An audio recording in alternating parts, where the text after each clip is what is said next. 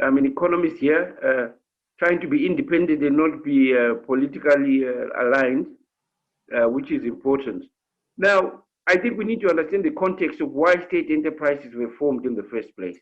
If you look at economic history, the issue had been that, number one, the government tended to go into those sectors that the private sector did not want to go into, particularly in our case during Ian Smith era and during sanctions, where there was a deliberate economic strategy, but sanctions.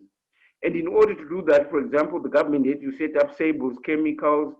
They had to set up some kind of companies that produced imports into the country. And they became state enterprises that we inherited. So given that too, the government typically participates in those sectors that are of public utility but might not give the appropriate terms. We're talking about railways, we're talking about infrastructure deals where the private sector might not be able to get into, or strategic areas, for example, like PTC, where telecoms were strategic and you didn't want any other players in there. So the history that was there, the economic history led us with these 107 state enterprises at independence. And when we took over these enterprises, there was no economic strategy to transform the economy. Let's be very clear. When Mugabe came into power, he was as blind as anyone to the opportunities that were presented by this economy and what had to be done in order to transform this economy. This is clearly given, for example, by the fact that 20, 40 years later, we are still dependent on 3 primary products as an economy, despite our education and access to investment. So state enterprises, in my view, were basically used as a feeding ground for politicians. In other words, you would appoint Vincent as your director, Vincent would appoint also his politically affiliated individuals, and these became cash cows for the political parties. I mean, we are seeing that now, we are seeing that in South Africa. So that the issue of privatization, I mean, I don't know, Rejoice, you'll probably tell us when it started. It started years ago. Privatization has been donkey's years, and there has not been a political will because, in my view, the politicians would lose economic power. You saw, for example, what happened to Superman Diwanzira when he went to PTC and the underlying companies related to PTC, he was doing deals there. So the politicians kind of look at these as their benefit from being appointed and utilize these state enterprises for whatever reason. Right. And taking that away will be a challenge, in my view. Right. So basically, there are strategic reasons once in a while to establish a state of, well, you say for strategic resources like petrol, electricity, coal, and there's a history around that. Thanks, Vince. We'll get back to you as soon as possible. Right, Chennai, your take on this exciting subject. Okay, so it's a very exciting subject, like you say. And I, in answering whether do we go with state-controlled institutions or do we privatize, I would put it to you that we can't, it's not a question you can answer in abstract. Because in my view, from a social science perspective, economics is really is the evidence of the value of your system.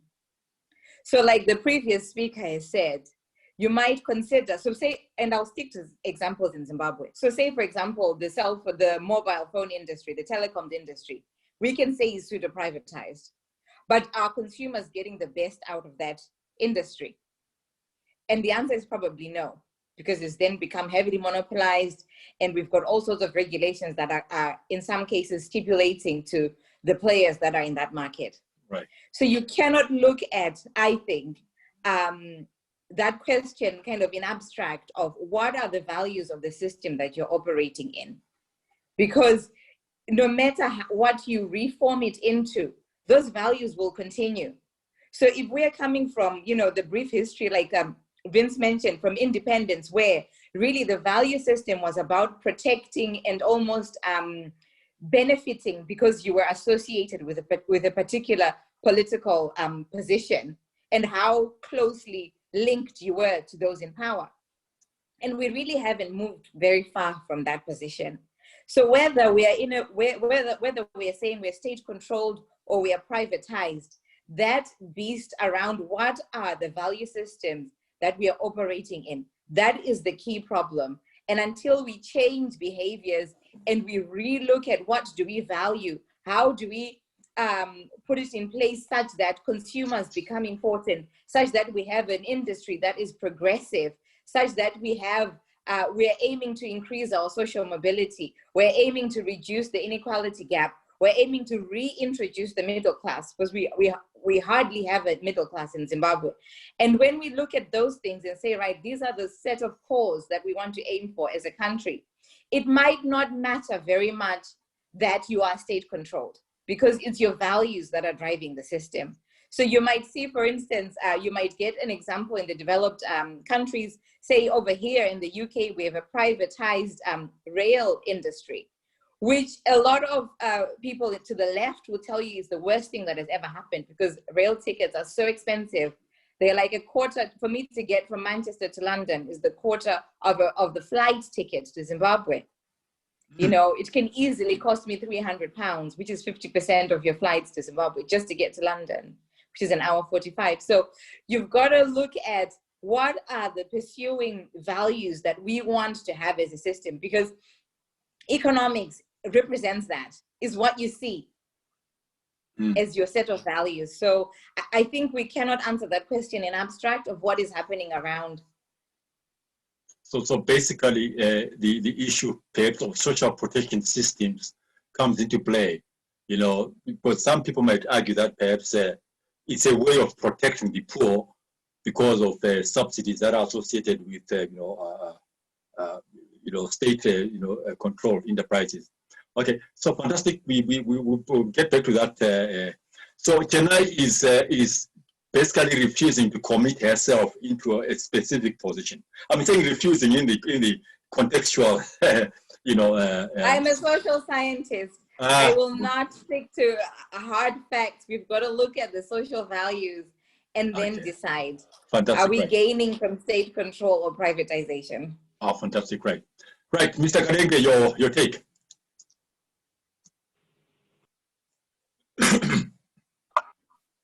Hello? Yes, we can hear you loud and clear. Hello, you can hear me. Well, it's a very interesting topic which we are discussing today. And the reason why we are worried about the state enterprise, or even the topic itself, is because there are serious challenges. Like what was mentioned earlier, that, especially in our colonial Rhodesia, some areas were considered to be strategic. And that's why, they were sort of state controlled and others not. And the reason why we are debating these issues is maybe these things didn't really live to expectations. We well know, some of us who were already there before independence and after independence, we know that our state enterprise were contributing a lot to GDP and so forth. But certainly 40 years later, we have challenges. And basically, maybe that's what we should be moving into. That's why I wanted to look at. Because when these things were set up, there were commercial state enterprise and also non-commercial enterprises.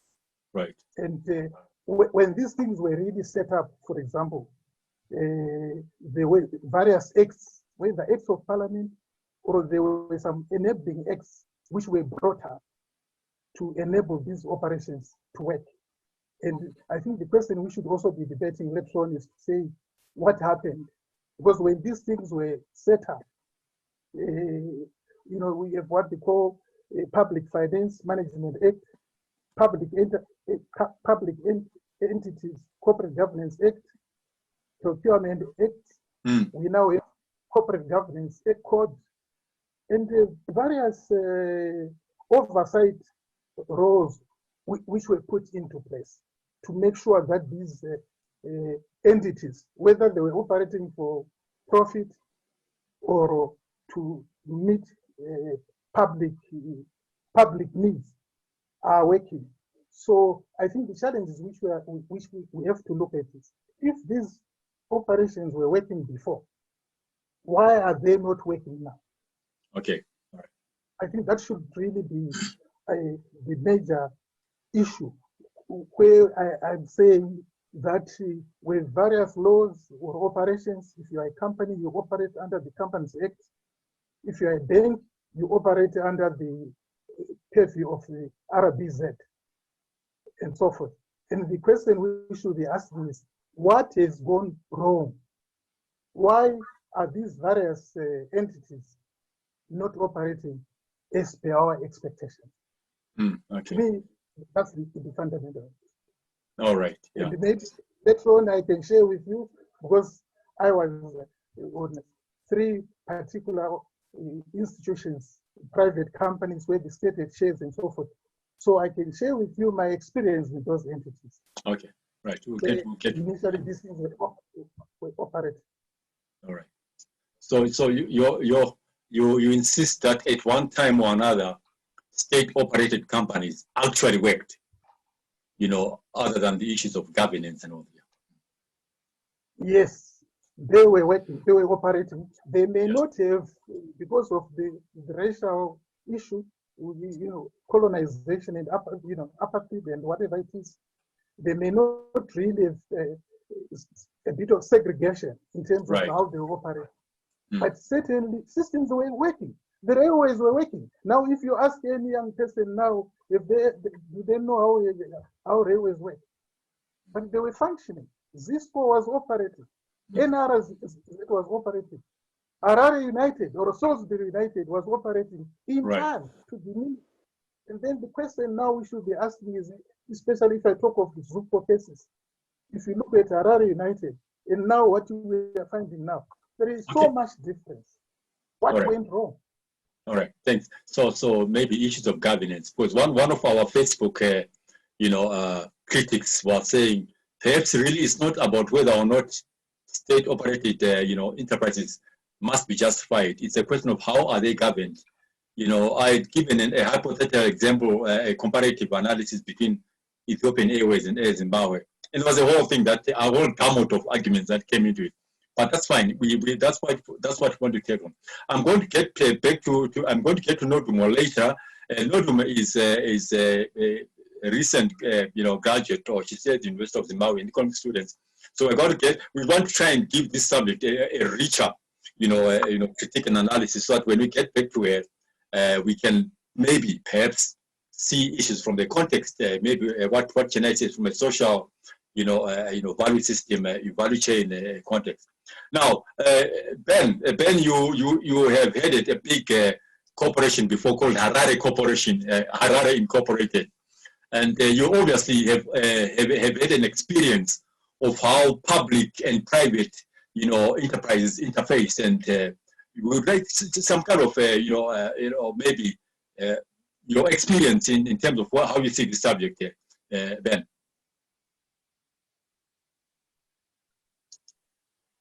Okay, we have to unmute you. Unmute. There you go. Right. Can you hear me now? Absolutely. You're clear. Yeah, I think we have to go back to how things were done in the past. So looking back is one of our starting points. If the ground has shifted so much that the past cannot be relied upon, let's accept that.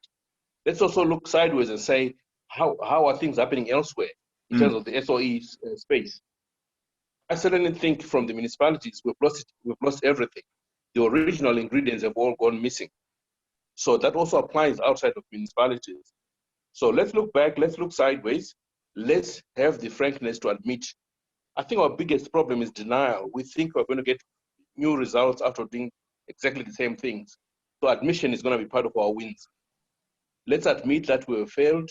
Let's admit that things need to be done differently. I also think among the what next issue conversations is the decoupling of SOEs from politicians, because I think that's been a big toxin to the relationship and to the performance. So decoupling from the politicians would probably be one way of looking at it. I think bringing in fresh blood, and I hate to say it, expatriate help could be useful in revisiting the performance of all our SOEs. So you're asking for recolonization, your worship here. Right, Vince, over to you, Vince. You have had a few insights from different angles, and what's your take so far, Vince, in terms of the nuggets of excitement? Okay. Mute, unmute, unmute.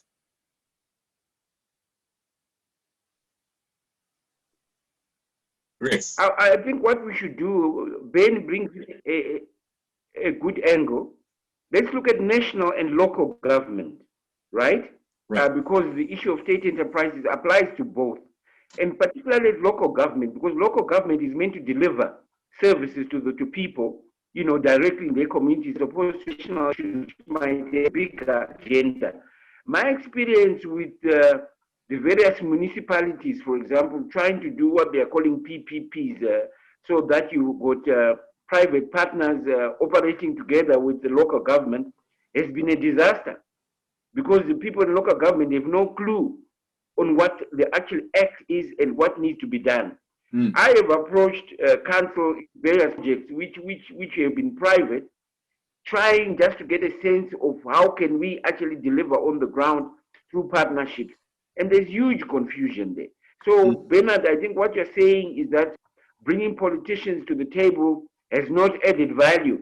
Particularly, you know, you're dealing with councillors who've got absolutely no experience on the business sector, but they're expected to make significant decisions. So there's a lot we have to do. And I would like, you know, to separate the two on local government and national government.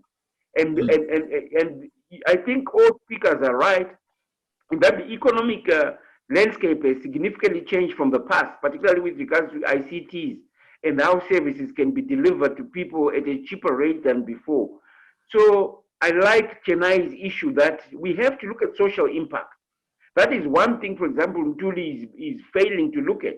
He's coming to us and telling us about surplus, telling us about, you know, how the government deficit has decreased, but we are not seeing any social impact on the ground.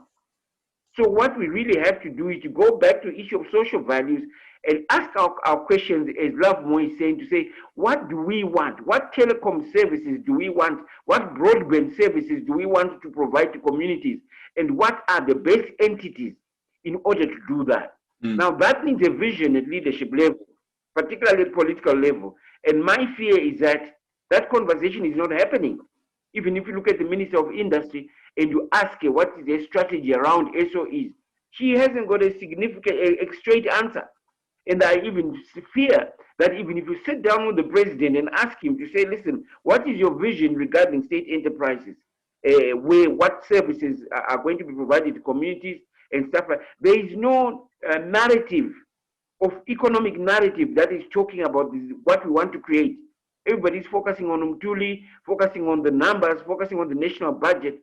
And 5 years hence, I mean, we have no clue where this economy is going to be. And I think it's our job to begin to start that conversation. Of course, yeah.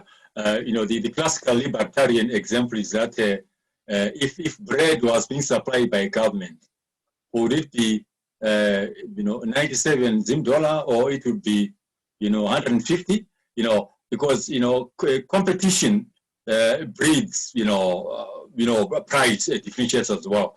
And of course, there are other, you know, arguments around it. But the social context, it's a very interesting context. And I know that Shinga Ndoro has really been, you know, at the forefront of commenting around these things of, you know, social impact. Shingi, your take in terms of, you know, what we have heard so far, there's aspect of the social narrative that Chen and Vincent are throwing into the fray.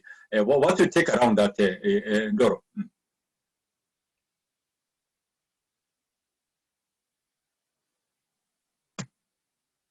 You can unmute. Right, there we go. Yeah, thanks, Rejoice. My take on the issue of SOEs is that they are not necessary for whatever reason. Going back into history, before 1980, the SOEs were created out of the central planning model of the UDI statist economic system.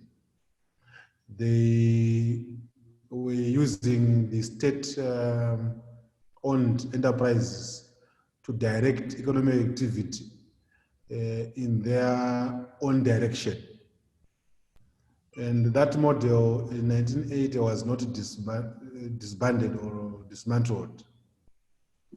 The government in 1980 found the relevance and validity in keeping them. First, for the same reason that the UDI statist economic model was based on. And secondly, that they were coming from a Marxist socialist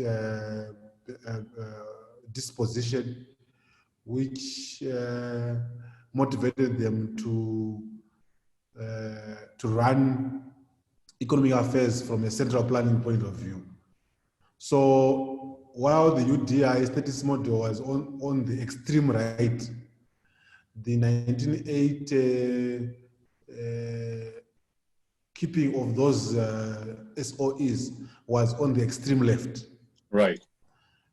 And both sides are always in agreement when it comes to central planning, control, and being collective. The purpose of government is not to run a business.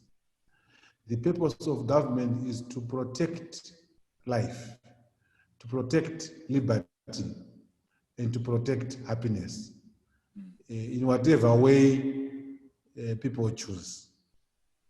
Then provide common public service like police, judiciary, security.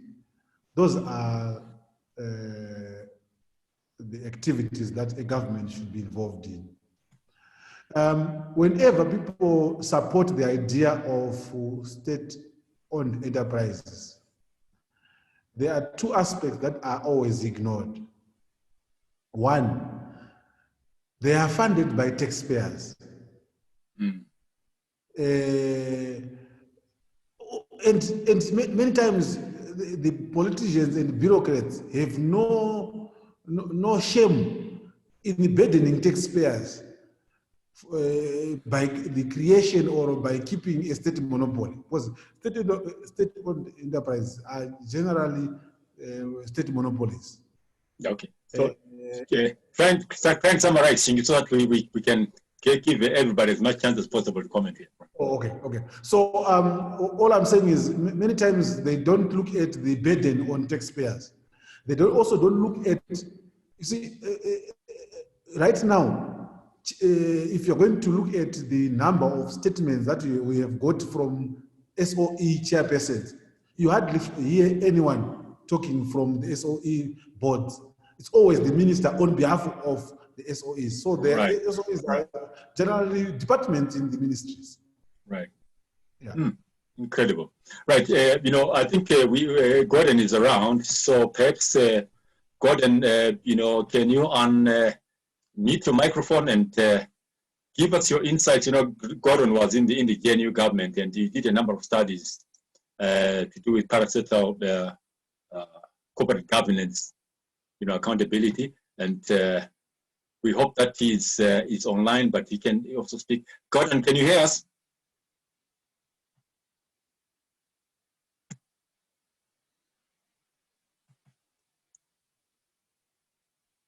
Well, I don't think... yes, I can hear you now. Oh, beautiful. Welcome, Dr. Moyo.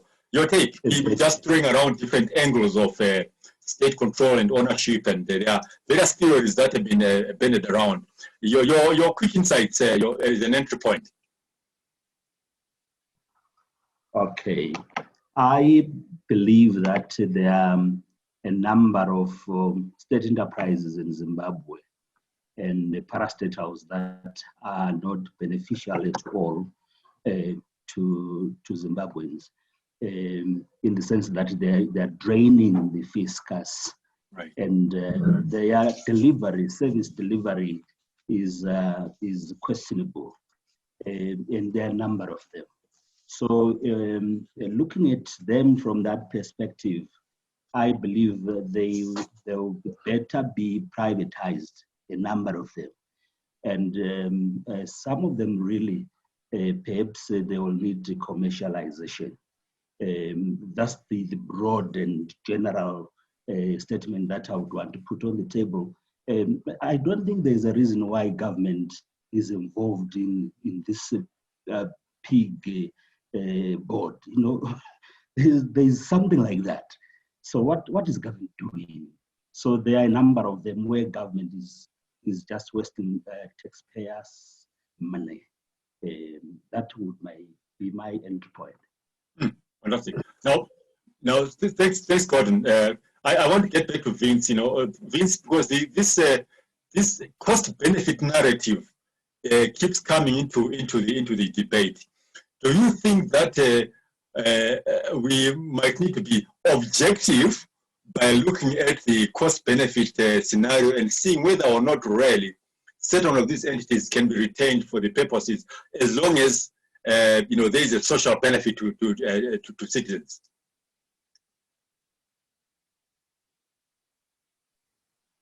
Okay, Rejoice, if I was the president, what I would look at when it comes to government, what are those services that are essential to poor communities and communities, and what pricing can they afford? For example, if you look at public transport, right?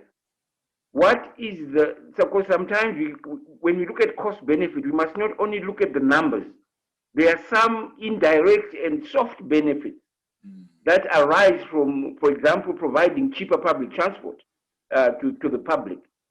And the private sector might not be incentivized to provide that. As Chennai was saying, the privatization of the railways in the UK has led to significant cost increase to travel. Do you see what I'm saying? So I would look at those services that are essential for the community to access regardless of their income, right? And those, I think the government should basically intervene, because that is their mandate, as the gentleman was saying, to create the happiness and a better quality of life.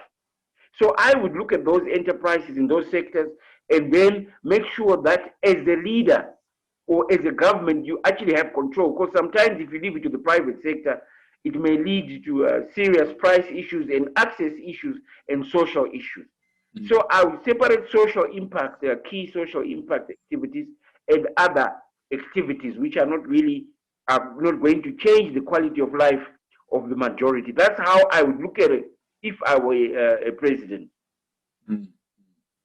Yeah, essential services. I mean, Vince, bread is essential, but I don't think it's being supplied by the government.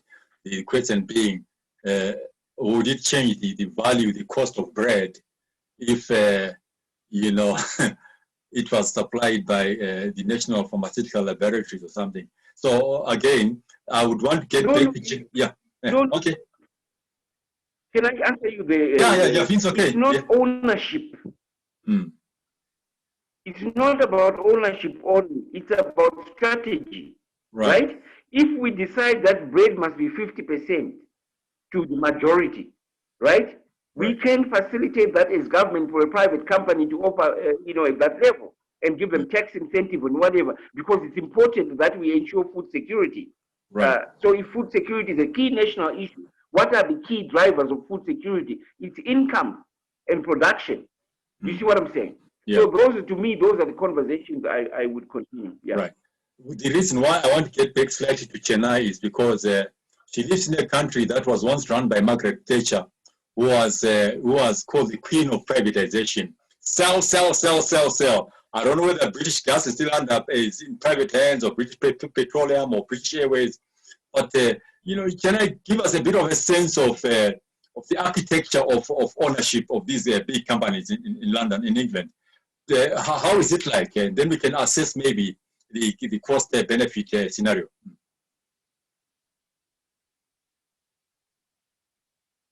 Let's the mute. Oh, there we go. Unmuted. Sorry. Right. Okay. Talking to myself, I do that a lot. So, whilst we just to take you back before I answer your question directly, is that we've got to be able to state quite clearly the elephant in the room, which is the government, right? So you've got to then consider what are your options under present circumstances. So you've talked about, say, the era of Margaret Thatcher, where she privatized everything, and the British economy, you know, it took a hit at that point. A lot of industries closed down. Some communities like Liverpool, you know, up north are still recovering from that. Yeah, I'm glad they're still recovering, yeah. Yeah, and you talk about, you know, because all these industries were closed, and where we are now, that debate, you know, the jury is still out somewhat, because in certain instances, so for example, the privatization of the British telecom industry was a good thing, because then we got more competition, it became a bit more competitive, and we've got, you know, so your mobile phone doesn't cost really half as much as it did when I first came into this country some 18, you know, 19 years ago. It's become a lot cheaper. It's a bit more of an open market. So that was a good thing. You look at, like I said, the example of the rail, not so good, because then Virgin drove its profits up, and, you know, and things went a bit south for the consumer, because it's now really expensive to travel by rail. And also then, with it being such a difficult market to enter, with a lot of barriers, when you look at the rail transport industry, we've got a bit of a monopoly there. So it's not really ideal, I would say. But there are some benefits nonetheless. You look at other economies like, say, Switzerland. Switzerland is heavily state-owned enterprise, right, but it does very well at that. And that comes to its value system, you know? So if you're, as a banker, looking at, you know, I had an interview a while ago with the Swiss bank, and they were, in terms of their bonus or their profit sharing, they withhold a lot of it. So you are awarded the bonus, but they don't give it to you. They save it up for you, and then you get it when you retire, etc. Because that is part of the value system. Their value system is such that as you go into your retirement age, you're going to be very well looked after. You will have loads of money. Money will not be your concern. And that is part of their value system. So when you look at a situation like the case that we are in Zimbabwe, and you think, right, okay, are we going to go for state-owned enterprises or privatization? In the absence of even, say, a middle class, because we hardly have a middle class, right, it's likely that those people that are the capitalists, the ones running things from a state-owned enterprise perspective, yeah, will re-emerge in your privatized world. And therefore, for the person right at the bottom, really not a lot will change, because they're still being driven by profiteering. They're being driven by a system that really will turn the other eye. It's not really too bothered about who is suffering and who is getting what, just as long as we continue to propel the very few that are making a lot of money at the top.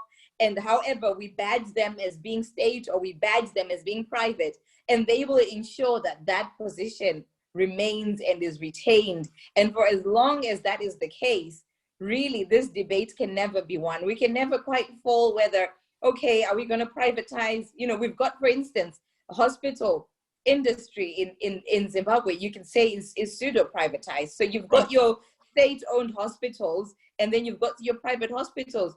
Both are equally expensive, you know, you know, and it sometimes comes to a place where you've got the money, but you can't get the service. So you've then got to understand what is the elephant in the room around governance. What is our value system? What drives us to where we are now? And quite frankly, we haven't moved from that position in 1980, in the early 80s, where we propelled a few people, and those few people became an industry in themselves. They became the state, and they continue to become the state. And that system is not being broken. And to rebadge it will not suffice. So this is why I say we need to be very aware and very clear on what our social value system is, because the economic position is only but an outcome of that. So when you issue the example of Switzerland, the question really that comes is that can our government afford to run business? You know, because even the way that we've managed our sovereign wealth fund is very debatable. You know, there are no national savings. You know, there's no the national medical system has completely collapsed. And I know that this is why I love more keep saying maybe it is the way that is being done that is creating negative vibes around it. But I want to, I'll get back to you guys. I want to find out from Nodumo, because obviously, these things have got strong implications on certain social groupings like students, as you mentioned, the poor people, the poor groups and all that. And Chena, you also raised a red flag about crony capitalism, that if you privatize a Zupco, you don't know in whose hands it's going to fall. So even if it's privatized, it might be in the control of crony capitalists. So that again is a problem. So it depends on the way that you manage it. So how do you students of economics look at these things of government ownership of parastatals and these big companies? Do you think if we privatize them, it's going to improve the access and quality, or you feel that your cluster needs to be protected by government dabbling in business? Try and unmute your microphone, young lady. Unmute. Yeah. Oh, I thought I'm unmuted. All right, okay, speak so then. in as much as I hear,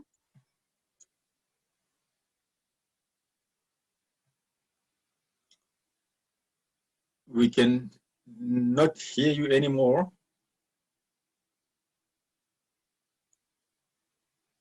But I'm not too sure what's happening to not do more. Let me check here on the scroll bar. I don't see it anymore. But anyway, okay. She's back.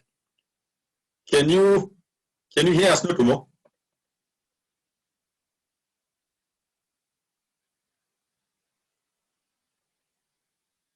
Can you speak? We can't hear you. Anyway, while she's still trying to get back onto the system, I would like to go back again to Gordon, because Gordon was in government, and he probably understands better the way that, okay, Notumo, you're back, right? Right, Kuluma, I'm so sorry. It's okay. Right. Okay, I unmuted. So in as much as I heard all the disadvantages of the state-owned enterprises, to us students, I personally think more of the parastatals who, give you access. If you wanted attachment, they're the ones that are there for us, although they'll give you less money than a non-governmental organization, but they're the ones that are there for us. And also, and I'm looking at transport, of course, private companies and all that, they are probably more efficient and everything, but they don't provide for less fortunate, they don't provide us with the, the most affordable. If you're going to privatize Zupco, how am I expected to, all of a sudden, although we know they're not functioning at their highest and at they did, and we still feel like more of improving them is how you can change it than privatizing them. I mean that yes, we want a better economy, yes, we want a better everything, we want better everything, but in as much as they are a pain to working class, they are more of a gain to us who are students. Okay. Because at the end of the day, if I want attachment, that private owned company, that private company. Okay, Notumo, you might need to. I might need to pause you for the time. For the time being, because your more connections, more everything. But then the state-owned one will just accept me as a student. So yes, although they have disadvantages, I need it. Okay, right. Now, I just wanted to get back to Gordon, but my problem, my challenge is, why is there no relationship between price competitiveness and competition? Because there is not more saying, even if we ask Zupco to compete with with the private, transport operators, that might not necessarily mean that the price of the ticket, of the bus ticket, will reduce on the combi side. Why is there a problem between this context between price competitiveness, competition? I don't see it coming out in this debate.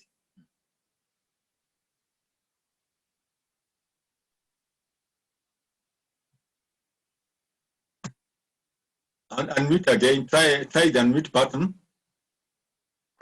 There we go. There we go. Yes, Please. Yeah, but I don't want the trend of this discussion, Rejoice, because the issue is our SEOs used to operate whether profitably or they were providing the services. Mm. But now it appears that the narrative we are talking about is we may not need the SEOs, like my friend Rukwata was saying, and that we must do with them. But the issue is what went wrong, and I think that's what we must try to address. Because even if when you look at the issue of privatization and so forth, it's a debate which we have discussed for quite a long time. But I feel that what challenges have we faced? Why are we now in the negative when they used to be profitable? Because there were even SEOs for commercial purposes, SEOs for profit. In fact, in preparation for this discussion, I actually got a schedule of SEOs, those who are making profit and those which are not making profit. Yeah, but Javano Gona, public education, public health, and what those things that they are supposed to be doing well, they are already failing to do them. So this is why Yeah, but that's exactly what we should be looking at. The problem is pure and simple, is issue of governance. Initially, when I spoke earlier, I actually came out with various institutions, entities with some acts, how they should be operating. Why are they not operating according to these set acts? It's a pure and simple. It's a matter of governance, and okay. I like that the former minister is here now, right? In terms of parastatals. Why are they not performing? Because the issues we have in the country. I might as well give you an example of which I was talking about. When we had issues in terms of ZBC, in terms of PISMAS, the issues of corruption and misgovernance, I went and approached the minister concerned, my friend, Professor Jonathan Moore. And I said, well, because I'm a governance expert, that's where I come from. And I said, what is the problem? The problem is you set up a board of directors, and the board of directors have a responsibility to make sure that if it's a company, it operates according to how you set it up. And management is paid or remunerated and contract extended on the basis of performance. Right. And I'm saying that we've had a lot of corruption, misgovernance. And I'm saying that this is the root cause of the problems why our SEOs and others are in the mess they are in. Okay. That there is a need to make sure that these various entities act according to what they set up to do. And we should be addressing the issues of governance, appointments on these boards, and the monitoring, and the parliament playing its key role, and the Auditor General playing a key role. She has been coming up with various reports, going into these various entities, whether for profit or not for profit. And every year she comes up with analysis of what is taking place and problems which are there. And she makes recommendations. Right. Sorry, Lamo. Who is the auditor? Who is the Auditor General? Mildred Chiri. Oh, she's online as well. She's part of the team, right? She's part of the conversation. Yeah. All right. We are going to get back to it. Yeah. Okay. I think let me hold on to that. I want to get back to Gordon Moy, because you keep talking about government can make it work if provided we do that and that and that. There's certain, you have this narrative that things can be made to work, and apparently for 40 years, Love More, they have not worked. So the question is, will we ever get them to work. So Gordon, you've been in government and you once presented a parliamentary report on the functionality of it. Do you think we can make this thing work? I'm going to go to Mildred very soon here. Thank you, Rejoice. Chennai and Love More have touched the nerve center of this debate. I was in government, I sat in that cabinet, and I want to give you an example of GMB. Every year, government would set the prices for maize. Now, a number of cabinet ministers will be having their stockpiles of maize grain in their farms. Then they will make a determination and say, we are going to sell maize this year at so much. Somebody will be looking at the tonnages that he has, then makes a decision in cabinet and says, GMB is going to buy maize at so much. The value system, the problem is governance. The problem is the policymaker who is making decisions not for public service, but for private and parochial interests. That's the biggest problem that we have. The second one is the issue of patronage. I'll give you an example. Government employed a number of people in NRZ. Over 4,000 people who were employed but were not part of the staff of the NRZ. But because government was managing its political interest, it took a number of military officials and they were deployed in NRZ, paid, but not necessarily working there. And it was the same thing in GMB. So the value system, the leadership of the state managers can deal with this problem of the weaknesses in our state enterprises. And I agree with the colleagues who are saying they are state enterprises with a social responsibility. And those, like I think it was Vince who said that, with social responsibility, surely we need to capture that and make them work for the people and make them work efficiently rather than working for the system that is maintaining itself in power. That's right. The problem is politics, if I may put it that way. Wow. Yeah, the politics of governance, yeah. Right. I was just trying to chat to Mildred there to see if they are making losses, but where they are coming from they are making, they are really being viable. So there's something wrong. I think it's a lot to do with these controls which come in. And if they are let on their own to operate without these unnecessary interventions, I'm sure we'll go back to the bliss of yesteryears. I like the word bliss of yesteryears. Now, Vince, can we make this work? Honestly, I mean, after 40 years of leaping from one dysfunctional parasite to another, can we really make it work?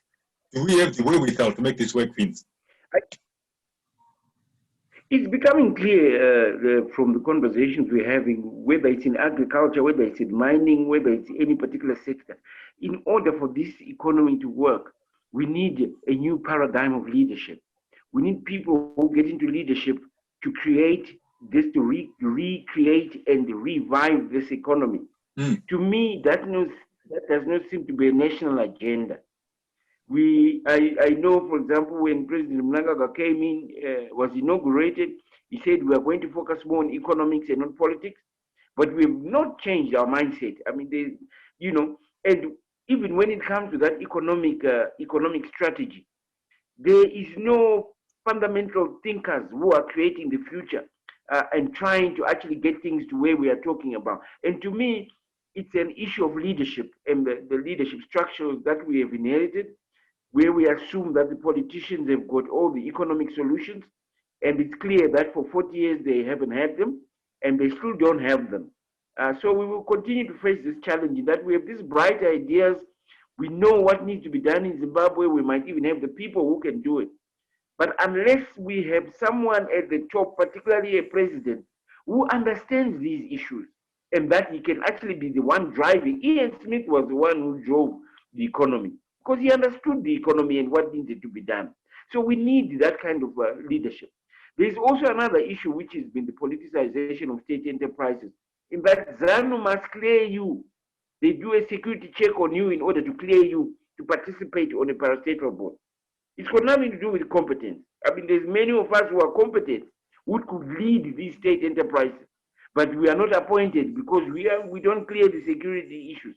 So we have to dissociate the politics from economics, and that is a value system, and that is a new mindset as far as I'm concerned. Yeah, depoliticizing. Okay, can I your take? I mean, we seem to be narrowing. I mean, if this was a conversion rate, perhaps we could be now leaning more towards, okay, let's make it work. We can make it work. We can make it work. But do you think we can make it work, Chennai? Under present circumstances, I would have to say a resounding no. I think we can't, like any good economics paper, right? You've got to be able to look at, what are your determinants? And currently we've talked about governance, and as long as that isn't right, it really doesn't matter. I mean, it's a baseless discussion because you cannot rebadge state-owned the same way, for example, what happened with the agriculture economy of Zimbabwe from the time of the land reform. We simply rebadged an existing problem, and we are still going through that now, So you can't almost move from, okay, are we going to rebadge Zupco and privatize it, but who is going to own that enterprise? And how is it going to be run? And how are we going to make sure that they achieve what they say they'll achieve? And I'll come back to Nodromo's point around state-owned enterprises being cheaper. And I would challenge her as an economic scholar to consider that, okay, the price that you are paying physically at the bus and you're giving to the bus conductor, there is another price on top of that, which is about the taxpayer. Understand the complete cost to you and your family of that service. And when you do, reevaluate whether it's a free service or whether it's a cheap service, as you call it. Because that's the other thing that happens when you have state-owned enterprises. There's this stereotype, if you like, that suggests things are cheap, but they're only cheap because you've paid for them in advance through your taxes. You've paid them for it to be a government subsidy. Somebody has paid for it. So understand what is that cost foregone, and then evaluate if it was a free market, it was competitive, what kind of a service would you have? Would somebody also be concerned about, for example, the CO2 emissions that have an impact on your health?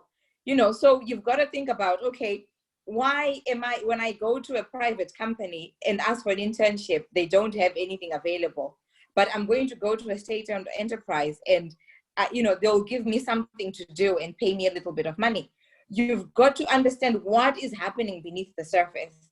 And when we do, we will realize that it's a matter of, we need to address the governance. We need to address our value system before we can even decide to state or not to state. Okay, so if any of our participants, if you have a burning point that you want to make, and you are always free to wave your hand across the screen, and I should be able to get back to you. Then we can make this very, very, very organic because it's important. I see Tafazwa Katidzira, I see Joshua Tinkiwane. Do you guys want to throw in your word on this? Any one of you? Yeah, okay. What does that mean? Thumbs up. Okay. Tafazwa? Should I go ahead? Yeah, go ahead. Absolutely. Thank you very much, and thank you for the discussion. Yeah, there is a lot we can easily miss because of what's happening in practice. But I think we should not abandon the truth because of how we are failing as a nation or how government is failing. to just be responsible. I think like what I think Chennai, she mentioned a lot about the value system, and Mr. Kading also mentioned a lot about governance. So I think the challenge is we are abandoning the conventions because we want to keep a narrative of advancing our personal interests, but it's now costing taxpayers money, which ordinarily should be there to support society and all the social amenities that needs to be provided. So government as the shareholder for and on behalf of the society should simply provide money to these state-owned enterprises. And I'm forgetting the name, but someone mentioned that there are people who really can run these operations, but they are not being given the opportunity because of obviously the requirements that you must meet as an individual, and you have to be politically, if not politically biased, then probably politically connected to be part of the management. So as shareholders, as a shareholder rather, government should simply provide the financing, and an independent set of people who are competent must then be, taken on board to manage the affairs of all the operations, like what Mr. Kading was saying. And the value system itself should really be monitored, seriously monitored, by not only those who are managing the affairs, but by also other oversight bodies that are independent, to ensure that all the systems, the checks and balances are in place, and the funding in terms of money, in terms of delivering service, in terms of providing goods or commodities, everything is done properly. And you know what? State-owned enterprises should serve as the benchmark for the entire economy. We always say government policies are misaligned, or they're just not speaking to what investors really want. As government, it should provide policies, but it should also provide an anecdote of what's expected in terms of services. So the service should be really good. They should be good, and it should have prices that are well-meaning, not necessarily free. Yes, you want to break even or to just make a bare minimum in terms of profit, but the services must be on point. The commodities, the goods must be on point. And when that happens, even those in private practice will then know that this is exactly the steps we must follow as an economy. So they are necessary state-owned enterprises, but what we are doing with them as a country, I think that's where we are failing. That's where we are failing. All right. Thanks, Tapato. Now, Vince, Mildred mentioned the issue of contribution to GDP. And to me, that's the best way of assessing this narrative. Is this entity contributing to GDP? How much is it costing the fiscals? What value is it adding to citizens? And then we have that kind of a spectrum, Vince, of assessment, because I know that Shingi keeps asks, so which entities really can we consider to be the ones that are viable? Some people talked about strategic resources, others strategic services. But Vince, in terms of contribution to GDP, can we use that as a basis for judgment? I hope I have lost Vince. Okay, I'm just throwing this question to panelists. Gordon, can you maybe tackle this while Vince is coming on? Can we use the contribution to GDP? Yeah, all right. Did you call someone Before specific? I respond to the issue I said Gordon, yeah. GDP, before I respond to the issue of the GDP, I want to make reference to Mildred, who made reference to China. Colleagues, the companies that are all over Africa, all over Zimbabwe today from China, from Beijing, most of them are state-owned enterprises. Whether it's the Chinese National Offshore Oil Company, whether it's Hydrosino, most of these companies that are competing with the private sector, with multinational corporations throughout Africa, they are actual state-owned enterprises from China. But what's the difference? The state-owned enterprises from China get their money through the bank, from the Chinese Export-Import Bank, from the Chinese Development Bank. They are given money through the bank, and they operate as commercial entities. They are competitive. They are run by serious individuals. with corporate principles and values. That's how they are doing it. I'm not saying everything is good with China. In China, Right. there's development and democracy.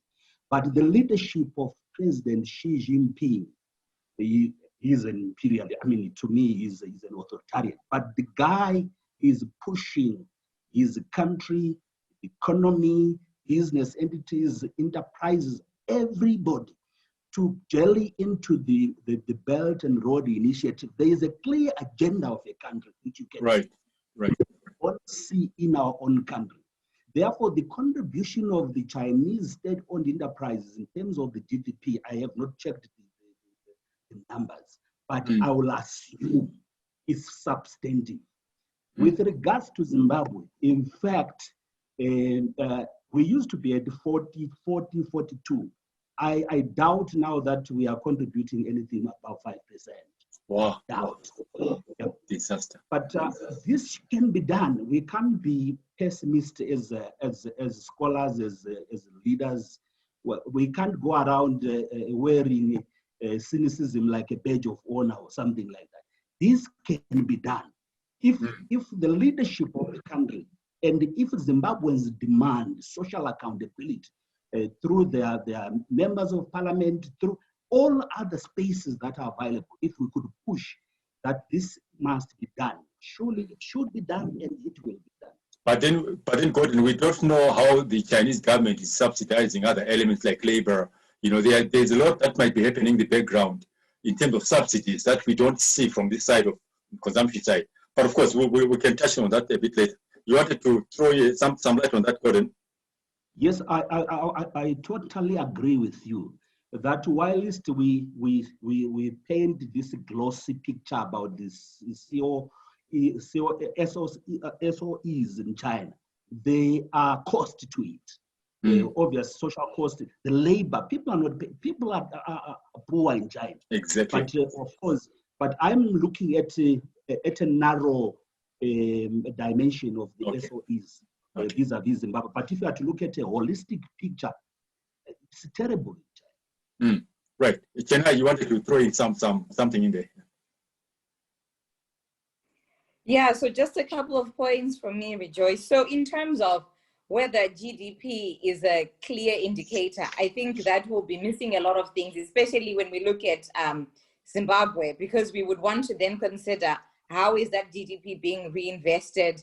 How is it impacting on social mobility? How are we in terms of inequality, etc.? So, and these are more of the indicators that speak to the value system more than you would get from a GDP, strict GDP position. So I would like to say that we need to expand that.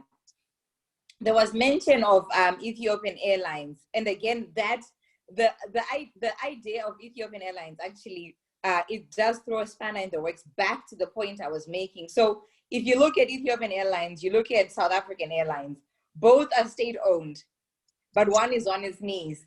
And the other, I mean, is flying, is skyrocketing in terms of profits. So this is where, again, we come back to, because the thing with South Africa is a young country. And you might find that, you know, they've got their successes, they've got some profits, but they are probably, I would argue, where we were perhaps in 1984, 85.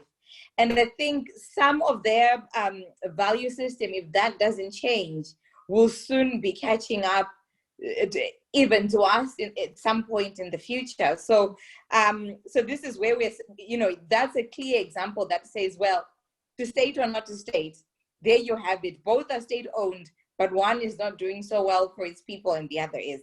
So there's got to be something beyond just who owns company ownership.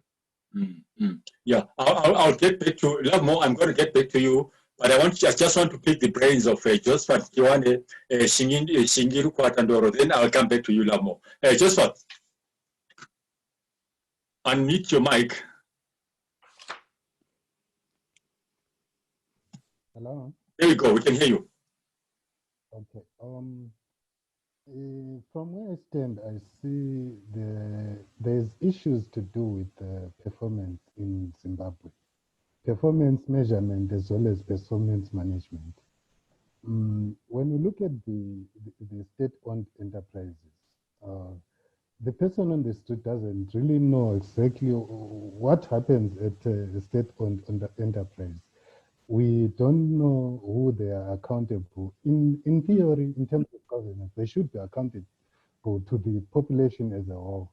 But then how do you bring those people to make them accountable? The other speaker previously was talking about the only having the minister to present reports for everyone in the state-owned enterprises. We don't get to drill down to the specific organization to get them to table their own reports and then be accountable to the public through probably the office of Ms. Chiri, who is among the panel here, so that we can get to report as to what is really happening behind the scenes. Because to take it in another perspective, you think like the state enterprises are being driven like a car without a dashboard.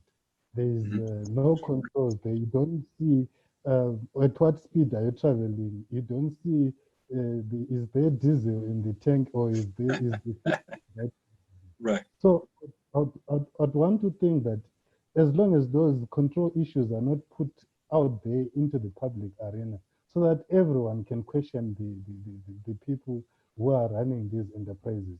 Right. We don't get to know whether it's state-controlled or it's privately controlled. We don't get to get the full benefit unless we set proper performance measurements, key performance indicators, and stick to them and hold people accountable for their actions in those enterprises. Like, although there are a number of acts and laws and legal instruments that are in place, the Constitution is very clear. It looks like we are perfect on the legislative side, on the legal side, but the human side of it is where there are numbers that are being played. Shingi, just a kind of recap, because we want to finish at 7:30 or thereabouts. Your points, and then we go around the panelists before we wrap up. Thanks, Joyce. You see, people are not being, they're not focusing on, do we need SOEs, yes or no? And in what areas do we need SOEs? SOEs, in this instance, using the constitutional term, it's the public commercial entity. I'm not going to be making a reference to public entities like Registrar General's office or constitutional bodies. I'm making a reference to public commercial entities. Right now, the government of Zimbabwe has shares in a glass manufacturing company, has shares in mining companies, has shares in all sorts of manner and activity. That is indiscriminate, that is random, that is arbitrary. You cannot run a government by having a government getting involved in any economic activity. There must be a proper means test on what needs to be run by government or where government has to be involved. And I had sent a message on the chat. Yeah, I saw that. Yeah. Yes, that it must be simply public transport, that's railway and buses, and then not airline, no, that's not public transport, public education and health care. But at the same time, allowing the private players to be involved and run their own businesses. But these three must have a well-funded government involvement. You know, it's very surprising that the government wants to be involved in everything, but it does not have the money. Okay, so you're from the comparative advantage school of thought. You know, where is the government best suited at deploying its resources? Exactly. Right. Okay. Yes. Right. Ask our Miss Chiri there. When these public commercial entities have submitted audits, remember during the time of Gono, they would only submit audits because they wanted money from RBZ. Right now, we don't even have any accountability system where they can go for 5 years without audits. It's only that, and then after the Auditor General's audit report, there are no consequences. There are no consequences at all. We get a full year, people studying a report from the Auditor General about NASA. Fantastic, fantastic. I'm going to remember that comparative advantage, best, deployed resources. But okay, guys, we are now wrapping up, and we would want then, 3 minutes, 2-3 minutes of summaries, love more. Remember, this is gain or pain, vice or virtue. So we are not really sticking our arms and saying, this is a yes or no, because Chena is going to kill us. She says, don't commit yourself. I'm not going to be committed. Right, love more. 2-3 minutes of a summary.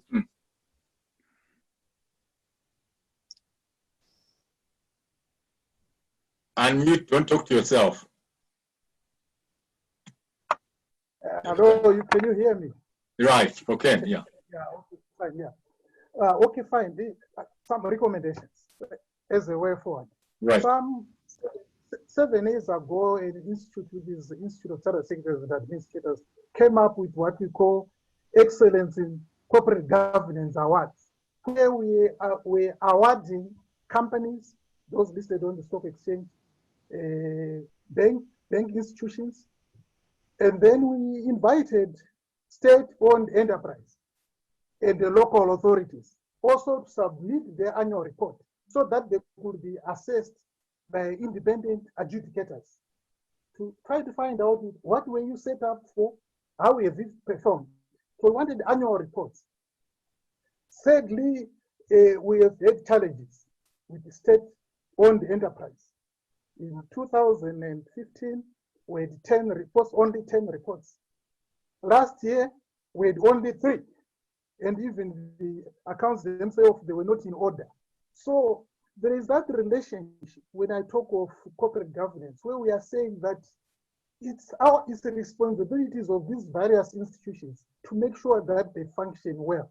And you find that organizations which submit their accounts for adjudication, those who have got good corporate governance perform better. And here we're trying also to get our municipalities and others, in fact, the local authorities, we have not been able to get anything. And all I'm saying is, it's our responsibilities as citizens to push our legislators or our various institutions to make sure that they do their jobs. Okay, all right. If people fail to do their job, if you are running a company and you fail, you are corrupt. Okay.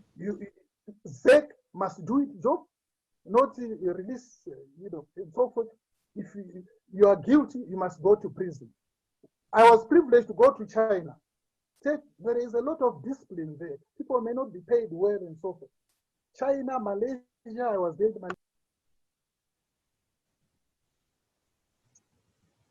Okay. Sorry, they don't tolerate corruption.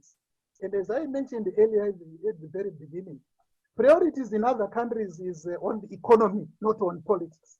Okay. So we need to sort out our politics, but we also need to make sure that government may have shares. I understand where Shigi was coming from. IDC is a company which is in the glass sector. But what should happen is IDC should operate as an entity which follows good corporate governance and make sure that our ministers don't interfere in the various operations of institutions. And I think the challenges which we have, ZBC, ZESA in particular, this new minister comes with this new body, this minister and so forth.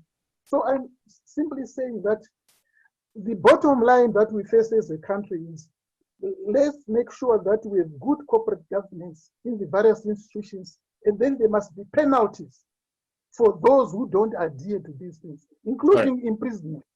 All right, thank you. And I think that's where our challenge is. So we still need SOE, but who meet commercial needs and also the state needs.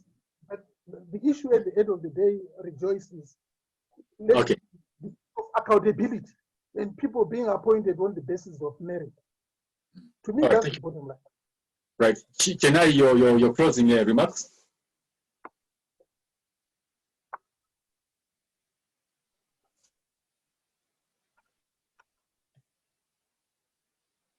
Oops. Right. There I go again, talking to myself. So it's a difficult question in that we're trying to answer it under present circumstances. Right. So if we were to kind of do blue sky thinking and sort of say we're in a perfect world, we have a government that is not corrupt, that is clear on its social values, what it wants to achieve, what it wants to bring to the people of Zimbabwe, then absolutely it would make sense in certain instances that we would have state-owned enterprises, particularly coming out of where we are now, because government needs to come to a place where it's self-sustaining so that it can subsidize those essential non-commercial entities such as your hospitals, your schools, so we should have an element of a commercial interest in government to some degree, but not under the present circumstances. And so this is why it becomes a difficult question to answer, in that we are currently operating in an environment where, we are not even particularly clear in terms of what are we trying to deliver from a social system perspective. Are we trying to improve our social mobility? Are we trying to reduce our inequality? What is it that we are trying to do? And this government is not particularly concerned with that. So therefore, to then give them a strict, are you going to state-owned or private-owned, would not be the right thing to do. Because if, say, tomorrow, coming out of the position where we are now, we privatize everything, then how is government going to sustain? How is it going to make equitable decisions around medical care and education? They just set up they just set up the policy environment, Chennai. They just have a correct policy environment to moderate those kind of scenarios. Yeah, but when you need to move that policy to a more practicable position, say, well, what does it actually look like? What does this mean when we say we want to commercialize? For example, I gave the example of the mobile phone industry in Zimbabwe. That is privatized, but are consumers getting the best out of it? Are the Zimbabwean people getting the most out of it? And I would argue that that is not the case. But it should absolutely be privatized. That's completely the right thing to do, looking elsewhere and taking learning from other countries. Because, it's technology. It thrives on competition. It thrives on that kind of open market. But we are not in that position. It's still very expensive to make a phone call in Zimbabwe. It's very expensive. At the moment, the children are sat at home. They can't do online learning because it's very expensive to access, for the majority of the people to access the data that you need to be able to do that. And yet that is privatized. So this is why I refuse to say we can conclude this discussion without actually looking at what environment is required to be in operation for us to even begin to consider what should be state-owned and what should be privatized. Incredible. Right, Gordon, your parting shot.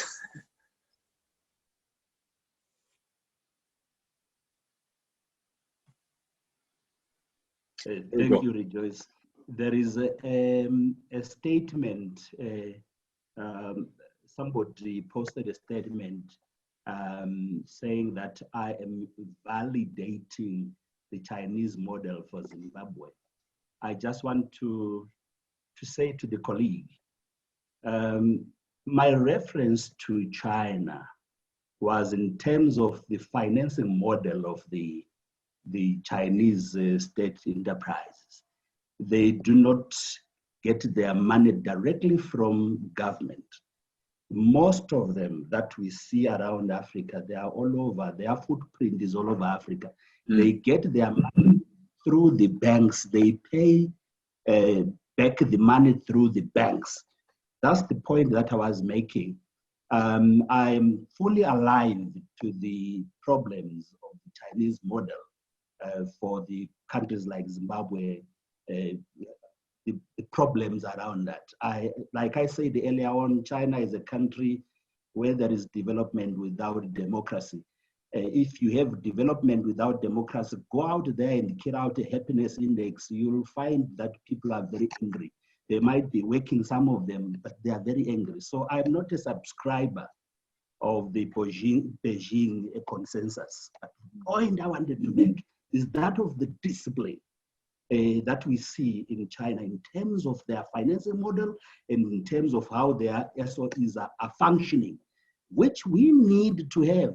I think we need to have that kind of display. And my parting point, Rejoice, is that the problem with our state enterprises is not peculiar to the state enterprise. It's the same problem with the whole economy. The economy of Zimbabwe is a similar problem to that we are facing in the state enterprise. And the problem is pedigree. We need men and women of pedigree, men and women of values and principles who would set an objective and go out to achieve it. At the moment, our state enterprises are not meant to achieve public service. They are not meant to achieve economic development, social development. They are not meant to do that. The drivers of those state institutions are the people who are concerned about their party to ensure that by the end of the year, 2023, we are going to have people who are going to vote for us. So let's make sure that we provide ZUPCOs. But of course, we know the ripple effects by providing those ZUPCOs subsidized. People are even angry now with those ZUPCOs. So they are problems. But the point I want to make is pedigree, is value, principles at leadership level. If the leader of a country, and I'm not being simplistic or reductionistic here, the leader of a country, if we take a leader, let's take Kagame. He, again, is another guy who is a development without democracy. But the guy says, no, we are going to fight corruption, and the corruption is fought. We are going to do this. His word means something. Right. The word of our leadership here does not mean anything. Fight with zero tolerance, but then you have catch and release. So my parting shot is the word pedigree. Pedigree and competence, right.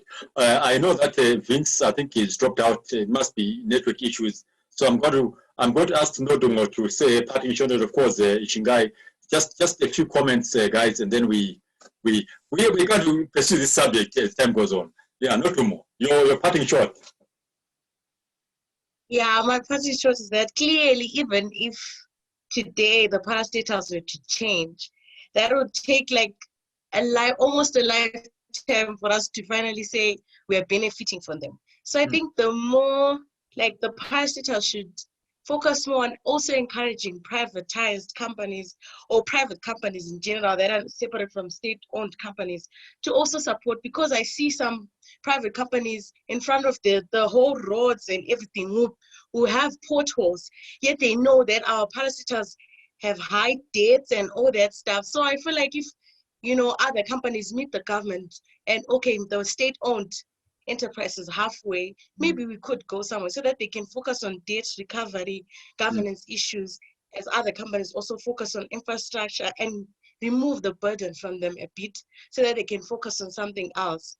As we also focus on, as a state-owned enterprises focus on improving the governance issues, the leadership, discipline, all the things that have been mentioned in the Zoom conference. If I was government, I would focus on those things, you know, which require government to excel, you know, rather than dabbling in business. Okay, Shingi, your last word.